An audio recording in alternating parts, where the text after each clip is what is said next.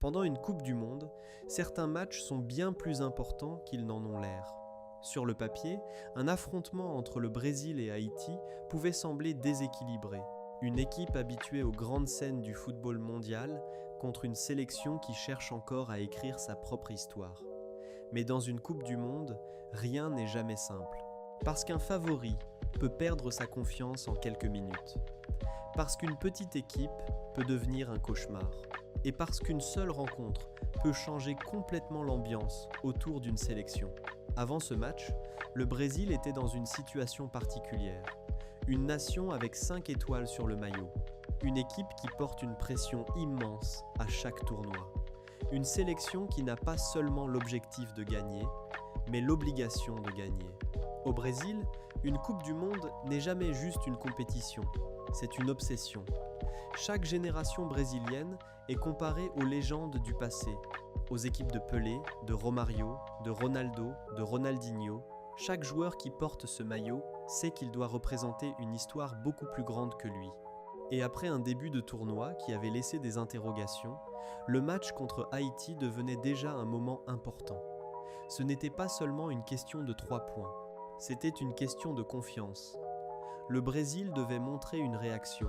Il devait montrer qu'il était capable de contrôler un match, d'imposer son rythme et surtout de retrouver cette identité offensive qui a toujours marqué son football. Face à eux, Haïti arrivait avec un autre objectif. Personne ne donnait beaucoup de chance à cette équipe, mais c'est justement dans ces moments-là que certaines équipes deviennent dangereuses, quand elles n'ont rien à perdre, quand elles jouent sans peur. Et dès le début de la rencontre, Haïti a montré qu'il n'était pas venu simplement pour attendre. Les premières minutes ont été plus disputées que beaucoup l'imaginaient. Le Brésil avait la possession, comme prévu, mais Haïti essayait de fermer les espaces, de défendre ensemble et de profiter de chaque contre-attaque. Le plan était clair, résister, garder le score proche et attendre une opportunité. Mais contre le Brésil, le problème est simple. Vous pouvez défendre pendant 80 minutes, mais il suffit d'une action, d'un dribble, d'une accélération, d'un moment de génie, et le match peut basculer. Et ce moment est arrivé, avec un joueur qui symbolise parfaitement le nouveau visage du Brésil, Vinícius Junior.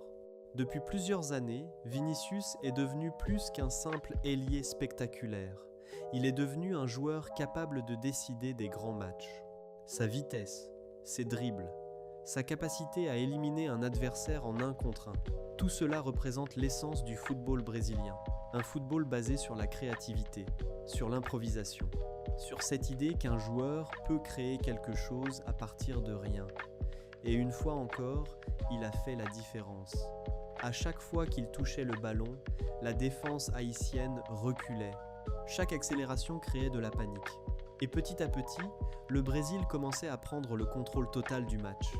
Puis arriva le premier grand coup, le but qui libère une équipe. Parce qu'au football, la confiance change tout.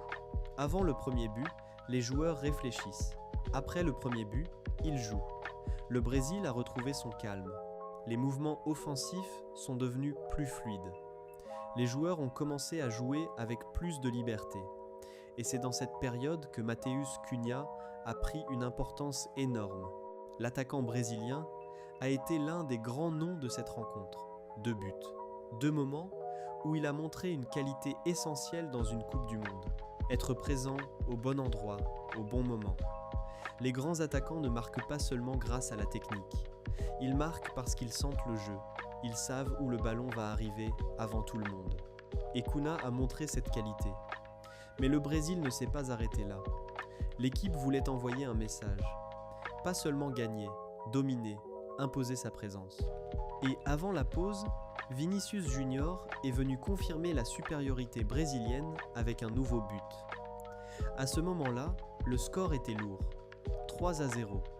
Un résultat qui semblait déjà décider du match. Et pour beaucoup, la question n'était plus de savoir qui allait gagner, mais plutôt jusqu'où le Brésil pouvait aller. Parce qu'une grande équipe dans une Coupe du Monde cherche toujours quelque chose de plus. Elle cherche des signes, des moments qui montrent qu'elle est prête pour les grands rendez-vous. Et la première période donnait beaucoup de réponses positives. Mais la deuxième période a montré une autre réalité. Le Brésil a commencé à ralentir. Le rythme a baissé. Les joueurs ont moins pressé. Et Haïti a retrouvé un peu de confiance. Ce détail est important, parce qu'une équipe qui veut devenir championne du monde doit savoir gérer un match. Elle doit savoir quand attaquer, quand contrôler, quand souffrir, quand accélérer. Et parfois, les grands champions ne gagnent pas parce qu'ils dominent pendant 90 minutes. Ils gagnent parce qu'ils savent gérer les moments difficiles. Haïti, malgré le score, mérite aussi d'être mentionné. Cette équipe a montré du courage. Elle n'a pas abandonné. Elle a essayé de jouer. Elle a continué à chercher des occasions. Et dans une Coupe du Monde, cette attitude compte. Parce que certains matchs restent dans l'histoire non seulement pour le vainqueur, mais pour ceux qui ont réussi à se battre jusqu'au bout. Pour le Brésil, cette victoire apporte surtout une chose, de la confiance. Après des doutes, après des critiques, après la pression habituelle autour de cette sélection, le groupe retrouve un peu de sérénité. Les attaquants reprennent confiance, les stars répondent présentes. Mais il reste encore des questions, parce qu'une victoire contre Haïti est importante. Mais la Coupe du Monde ne se gagne pas seulement contre Haïti.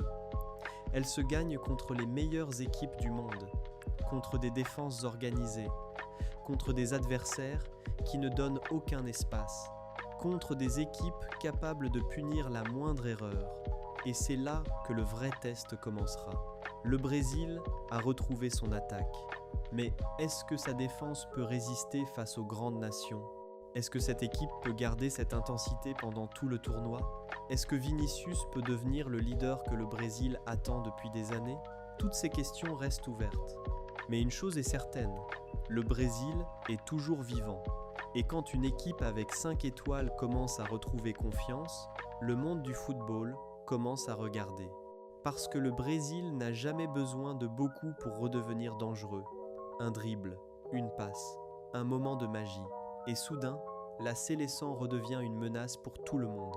Cette victoire contre Haïti n'est être pas encore la preuve que le Brésil sera champion. Mais c'est être le premier signe d'une équipe qui commence enfin à croire à son rêve. Et, dans une Coupe du Monde, parfois, c'est exactement comme ça que commencent les grandes histoires.